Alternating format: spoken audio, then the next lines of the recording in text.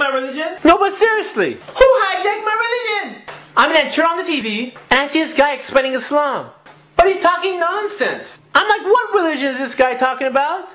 Not only does he have no idea what he's saying, but he's not even Muslim. It's like getting a Hindu guy to teach Christianity. Seriously, where do they get these characters from? It's even funnier how they give him the title of expert. Just because you wrote a book about Muslims doesn't make you an expert. And don't get me wrong, it's not just non-Muslims. They even throw confused Muslims on TV. Somehow they keep finding these people who have little or no knowledge of the religion. They show them screaming nonsense and talking all crazy, talking about killing and murdering, instead of basing their actions on Islam. You hear all kinds of crazy stuff.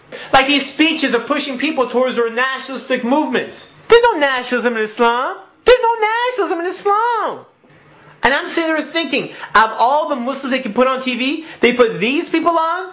Come on, man. I don't recognize this religion they're talking about as being Islam. It's like they're practicing a totally different religion. Somehow they keep giving the limelight to these extremists. Coincidence? I don't think so. This is how they build public opinion on a group of people. So people end up hating Muslims. But their hatred is based on ignorance. People aren't born racist. Prejudice is something that is learned. They don't necessarily come out and say Muslims are terrorists, but they'll do everything else so you come up with that opinion. Look at all this mumbo jumbo they put in the movies. You see, in the movie they can lie as much as they want because they can use the excuse, it's only a movie! But do you ever notice that all the bad guys in the movies these days are Muslims? And the actors who play their role, they don't even do their homework. Sometimes they show the Muslim praying and in the middle of this prayer, he answers the phone. Or in the middle of this prayer, he'll talk to somebody. Joke! Sometimes they have the Muslim character sleeping with one of the women in the movie. Double joke! Who writes this stuff? And how come every time they show the main bad guy acting evil, they're playing the adhan in the background? Hello? The adhan is a call for prayer. Coincidence? I don't think so. They take a peaceful religion and they try to associate violence to it. No wonder the masses are confused about Islam. People are often scared of things they don't understand. And don't think we're the first people who are victims of this propaganda. Do you remember the way the Japanese were treated during World War II? Or the way African Americans were treated during the Civil Rights Movement? You get the picture. History continues to repeat itself. And the way that stereotype is built is done in a very sneaky, sneaky way. You flip on the TV and you see images of black people stealing. I guess they assume if you see it enough times, you'll start believing that all black people steal. Or all Hispanic people cross the border so they can steal your jobs. Or all white people are trash. Or women are inferior to men. And the false list of stereotypes goes on and on. These tactics are nothing new. It's the same tricks over and over again. But this time, they're building the stereotype of the Muslims. They're trying to associate the word Muslim with the word terrorist. But the word Muslim terrorist is an oxymoron.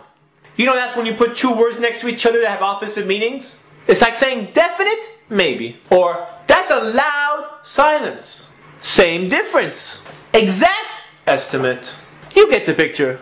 The word Muslim terrorist doesn't even make sense. The word Muslim means one who submits to God. The word terrorist means one who spreads terror. So how could one who submits to God spread terror? It doesn't make sense. How come when a Muslim commits a crime, he is immediately associated with his religion? But if anyone from another religion commits a crime, their religion is never even mentioned. They take verses from the Quran out of context to serve their own purpose. Think not that I have come to send peace on earth. I came not to send peace, but a sword. Does that sound violent to you? Does that sound something that you can take out of context? We don't know the sentence before that or the sentence after it. Oh, that's not from the Quran. That's actually from the Bible. Matthew 10:34. You see, you can pull that trick with any religion. Do you know what I'm saying? I live in a country where the majority of the people are Christian. But you won't hear the term Christian terrorist if a Christian commits a crime. This is because it's common knowledge that Christianity does not teach terrorism. But since the average person lacks the knowledge of other religions, they are easily fooled to believe what is told to them. They're the ones who base their opinion based on what they see on TV. And if you repeat a lie enough times, people take it as truth. Just imagine if the TV was your teacher. You probably think Islam is a religion of fanatics. That Muslims have no connection with reason or rationality. But in reality, that's the exact opposite. When you study Islam, you see that it encourages thought. It advises man to think and reflect. It promotes peace and tranquility. But there are people who are out there who do action that Islam forbids in the name of Islam, abusing this beautiful religion to promote their own agenda.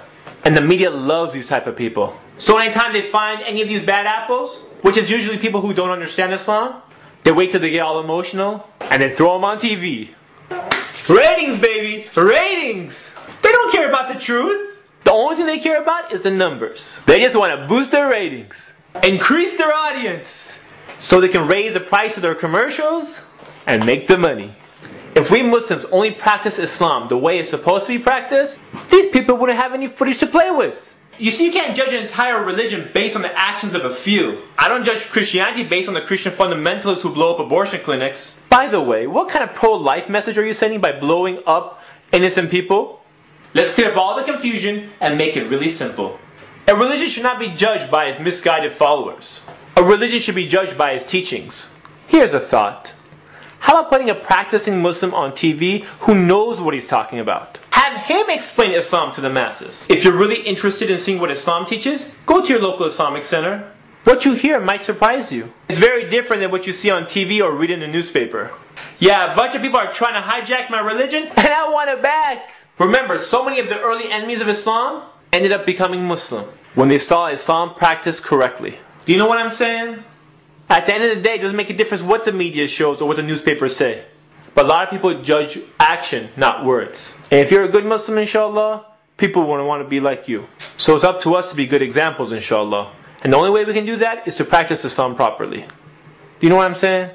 This is Ali reminding you just in case you forgot. This is Ali reminding you just in case you forgot.